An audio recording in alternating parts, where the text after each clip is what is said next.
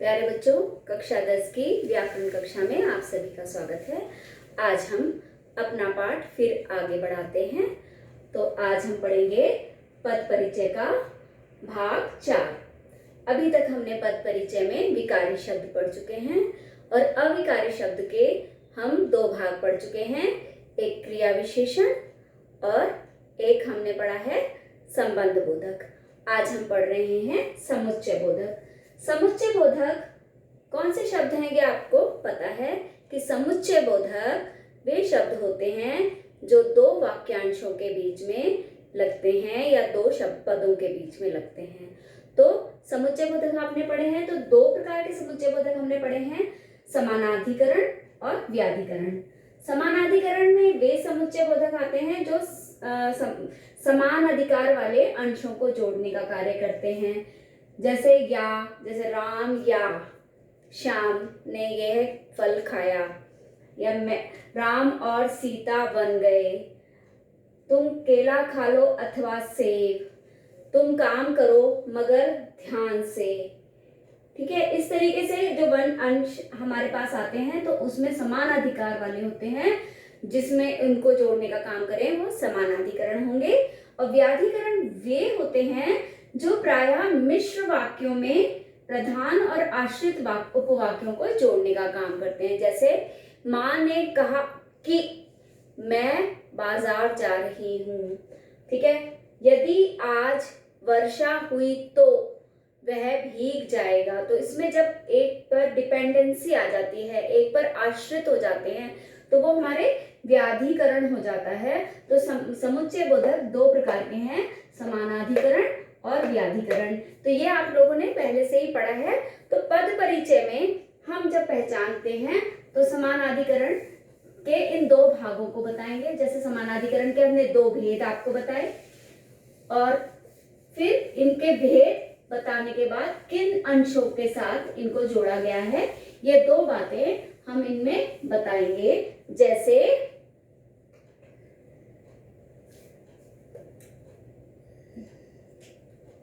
राम और श्याम ने फिल्म देखी।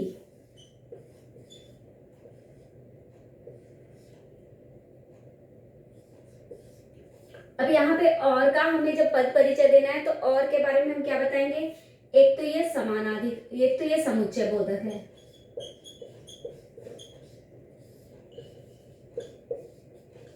समुच्चय बोधक है। फिर इसका उपभेद बताना है, तो उपभेद हो गया ये और, तो इसका मतलब ये हो गया कि समानाधिकरण हो गया। समानाधिकरण समुच्चय बोधक हो गया। ठीक है, 2 बातें क्या गई। तीसरी बात इसमें हम क्या बताएंगे कि ये कौन से 2 हमारे पदों को जोड़ रहा है, राम और श्याम पदों को जोड़ने का काम।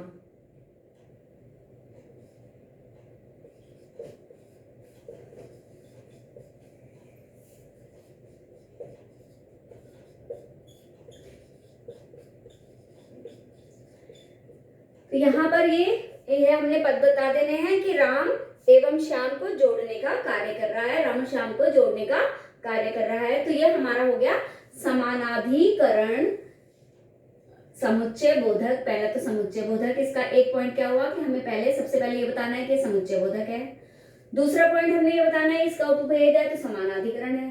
तीसरा पॉइंट हमने ये बताना है कि कौन कौन से पदबंधों को जोड़ने का काम कर रहा है, मतलब कौन कौन से पदबंधों के बीच में लगा है। तो ये इसका एक उदाहरण हमने देखा। अब हम देखते हैं इसके दूसरे भेद का उदाहरण। और दूसरे भेद का उदाहरण बताते हैं आपको।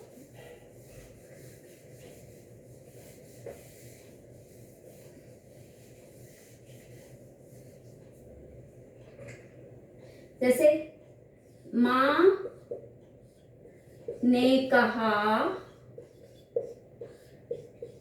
कि वे खाना बना रही हैं। अब यहाँ पर आया, तो यहाँ पर देखिए, ये पहले बात तो देखो, ये मिश्रित वाक्य हमारा मिश्र वाक्य हो गया, क्योंकि इस पर डिपेंड कर रहा है। तो ये हमारा प्रधान वाक्य है, इस पे ये डिपेंड कर रहा है। तो क्या माँ का कहना किस बात पे डिपेंड कर रहा है कि वो खाना बना रही हैं। तो यहाँ देखो, ये समुच्चय बोधक है। पहला इसका पदबंध तो ये हो गया, ये समुच्चय बोधक है। इस पद परिचय में पहली बात ये आई। दूसरी बात क्या आएगी कि ये हमारा कौन सा है, व्याधिकरण। बताया आपको कि जहां डिपेंडेंसी दिखाई देगी वहां पर व्याधिकरण हो जाएगा, यानी कि वहां मिश्रित वाक्य होते हैं।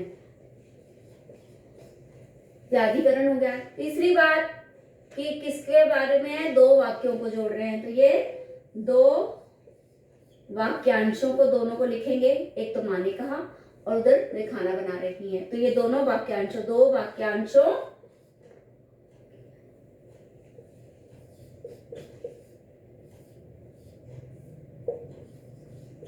को जोड़ने का प्रकार्य कर रहा है। दो वाक्यों को जोड़ने का प्रकार्य कर रहा है। इस तरह से समुच्चय बोधक का पद परिचय करते समय, देखते समय हमें दो चीजें देखनी है कि समुच्चय बोधक है तो इसमें से कौन सा समुच्चय बोधक है। दो भेद हैं और उनका ये देखना है कि समानाधिकरण है तो व्याधिकरण है, तो कौन कौन से पदबंध हैं या कौन कौन से दो पद हैं। तो इस तरीके से आप देखेंगे कि समुच्चय बोधक का पद परिचय हम किस किस प्रकार से करते हैं। समानाधिकरण में क्या क्या हमें बातें देखने को मिलेंगी कि या तो वह जोड़ने का कार्य कर रहा होगा, या विरोध प्रदर्शन करने का कार्य कर रहा होगा, या विकल्प बताने का कर रहा होगा, या परिणाम बताने का कर रहा होगा। पर किनमें, दो पदों में। ठीक है। अब आगे है व्याधिकरण का, मैंने बताया इसमें भी आप ऐसे देखेंगे कि इसमें मिश्रित और प्रधान वाक्य, मिश्रित वाक्य होंगे, प्रधान और आश्रित वाक्यों का होगा। इनमें भी ये होते हैं हेतु बोधक होते हैं ये, या संकेत बोधक, या स्वरूप बोधक, या उद्देश्य बोधक। तो इनका ये ध्यान रखेंगे कि ये कौन सा है। आपको जहां दिखाई देगी डिपेंडेंसी तो वहां पर आप बता देंगे व्याधिकरण हो गया। जहां पर आपको दिखाई देगा कि दो पदबंध जोड़ रहे हैं तो वहां समानाधिकरण हो जाएगा। और इस तरीके से इनमें हमें ये तीन बातें बतानी होती हैं कि ये पद परिचय अब किस तरीके से किया जाएगा। ये मैंने आपको उदाहरण देके बताया है। आगे हम देखते हैं विस्मयादि बोधक।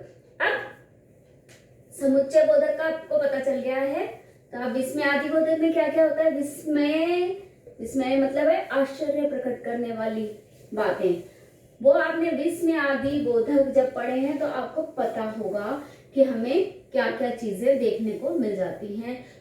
उसमें हमें दिखाई देता है विस्मय, आश्चर्य, हर्ष, और इसमें शोक, दुख आदि मनोभावों को जो प्रकट करते हैं वो विस्मयादि बोधक होते हैं। जो वाक्य इन भावों को, मनोभावों को प्रकट करें वह विस्मयादि बोधक होते हैं।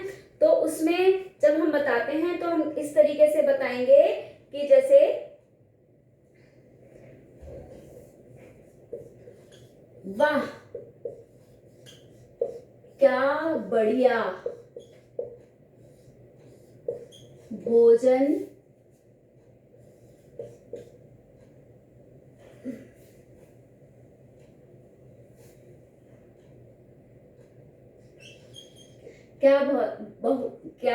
क्या बढ़िया भोजन बना है। अब यहाँ वाक्य को पढ़ के पता चल रहा है वाह मतलब खुशी, हमारे यहाँ अंदर खुशी का प्रदर्शन हो रहा है। तो हर्ष, तो ये कौन सा है, पहला तो हो गया ये विस्मयादि बोधक है।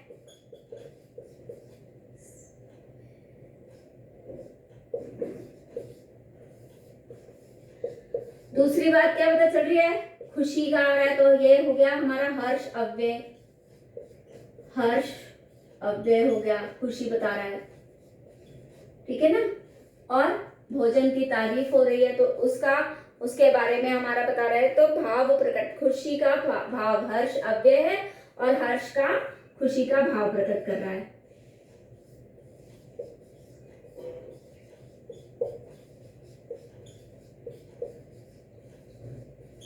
तो यहाँ पर हमें विस्मयादि बोधक का जब पद परिचय दिया जाएगा तो हमें ये बताना होगा कि ये तो एक तो ये विस्मयादि बोधक है और फिर हमारा कौन सा भाव है। जो भी भाव हमारा आएगा, जैसे हाय उसके पिताजी मर गए, तो यहाँ पर क्या होगा, हाय, तो ये दुख सूचक हो जाएगा, है ना।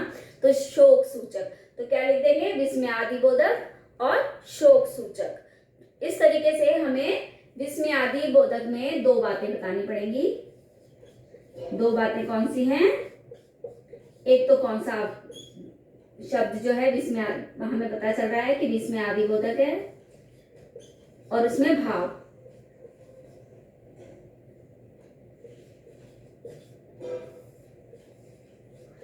तो हम बताएंगे कि विस्मयादि बोधक है, कौन सा शब्द है विस्मयादि बोधक, दूसरा कौन सा भाव है,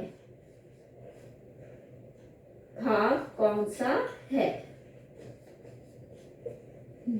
तो ये आपका हुआ समुच्चय बोधक, इसके बाद हुआ विस्मयादि बोधक, इसके बाद हमारा इनमें अंतिम है निपात।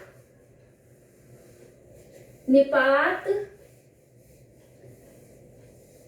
का प्रयोग हम तब करते हैं जब हमें अपनी किसी बात को दृढ़ता पूर्वक बताना है। निपात मतलब विशेष बल देना है। निपात होता है जिसमें हम विशेष बल देते हैं।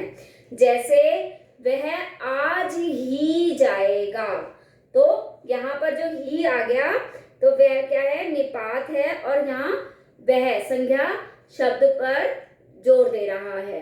वह आज ही जाएगा, तो यहाँ पर ही जो है ये क्या है, हमारा निपात है और संज्ञा सर्वनाम शब्द है वह।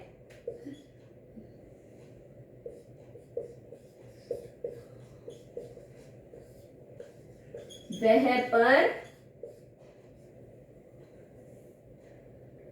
बल देने का कार्य कर रहा है। प्रकार्य, कार्य कर रहा है मतलब प्रकार्य। तो दो बातें हमें निपात में पता चली। निपात में हमें क्या दो बातें पता चली कि एक तो यह बताना है कि आप उसमें कौन सा शब्द निपात है और उसके बाद उस निपात का कार्य क्या है। तो इस तरीके से हमें निपात को पहचानना है कि किस तरीके से हमने पद परिचय देना है। तो आपको सारांश बताते हैं इसका। पद परिचय में आज हमने क्या क्या पढ़ा है। हमने समुच्चय बोधक पद परिचय के इस भाग में पढ़ा। पहला तो समुच्चय बोधक,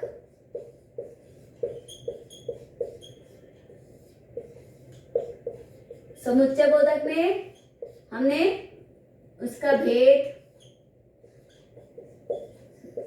समानाधिकरण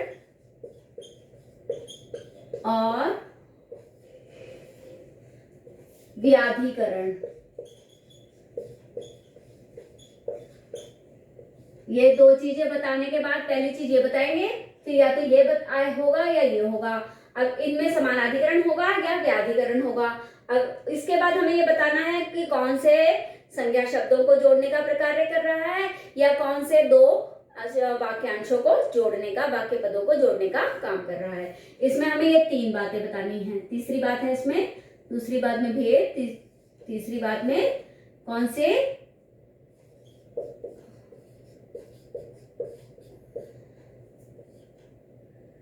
संज्ञा पद,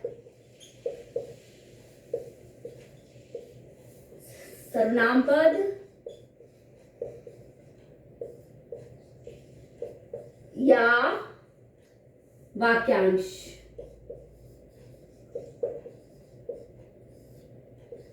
को जोड़ने का प्रकार्य करना। तीन बातें हमारे समुच्चय बोधक से निकल के आई हैं कि पद परिचय करते समय उस शब्द को ये देखना है कि वो कौन सा शब्द जो है समुच्चय बोधक है। दूसरी बात ये देखनी है कि वो समानाधिकरण है या व्याधिकरण है। तो समानाधिकरण और व्याधिकरण को पहचानने वाली बात मैंने आपको बता दी कि किस तरह से पहचानेंगे। तीसरी बात, कौन से पद हैं, संज्ञा पद कौन से हैं या सर्वनाम पद कौन से हैं या कौन से वाक्यांश। अगर वाक्यांश हैं तो व्याधिकरण में आ जाएंगे, है ना। अगर संज्ञा पद हैं तो आप ये देख लेंगे कि ये समानाधिकरण में है। तो इस तरीके से आपको देख के इसमें पद परिचय देना है। इसके बाद हमारा हमने बताया विस्मयादि बोधक। समुच्चय बोधक के बाद हमने पढ़ा था अभी विस्मयादि बोधक।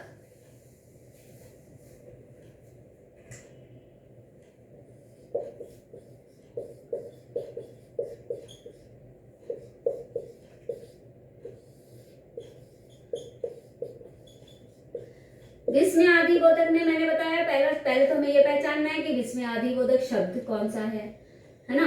दूसरी बात, पहले तो शब्द कौन सा है, पहले आपको यही पता चल जाएगा विस्मयादि बोधक है ये, विस्मयादि बोधक है। फिर इसका भाव, ठीक है, शब्द में देखना है विस्मयादि बोधक है और उसका भाव, कौन सा भाव है। हर्ष है, शोक है, घृणा है ना। इस तरीके से जो भाव होते हैं, पीड़ा है, तो इस तरीके के जब भाव वाक्य में आएंगे तो वो उसका भाव हो जाएगा। तो ये दो बातें हमारे को बतानी है कि पहला कौन सा शब्द विस्मयादि बोधक है और कौन सा दूसरा इसमें भाव है। निपात में भी हमें यही देखना है कि कौन सा शब्द निपात है, जैसे ही, ठीक है, भी, इस तो ये सारे निपात शब्द होते हैं। तो वो बताना है कि ये निपात है और निपात कौन से शब्दों पर बल देने के लिए आया है, तो वो बल देने का कार्य किन शब्दों के लिए कर रहा है।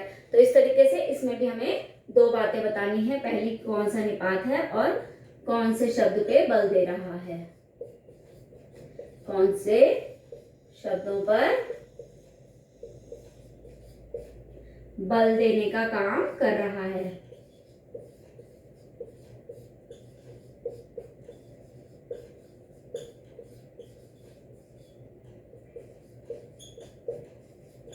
तो इस तरीके से पद परिचय आज आपका कंप्लीट होता है, पूरा होता है।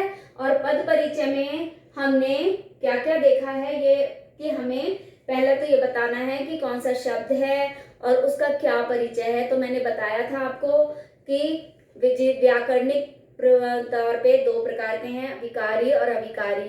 विकारी में हमने चार प्रकार के पढ़े थे, संज्ञा, सर्वनाम, विशेषण और क्रिया।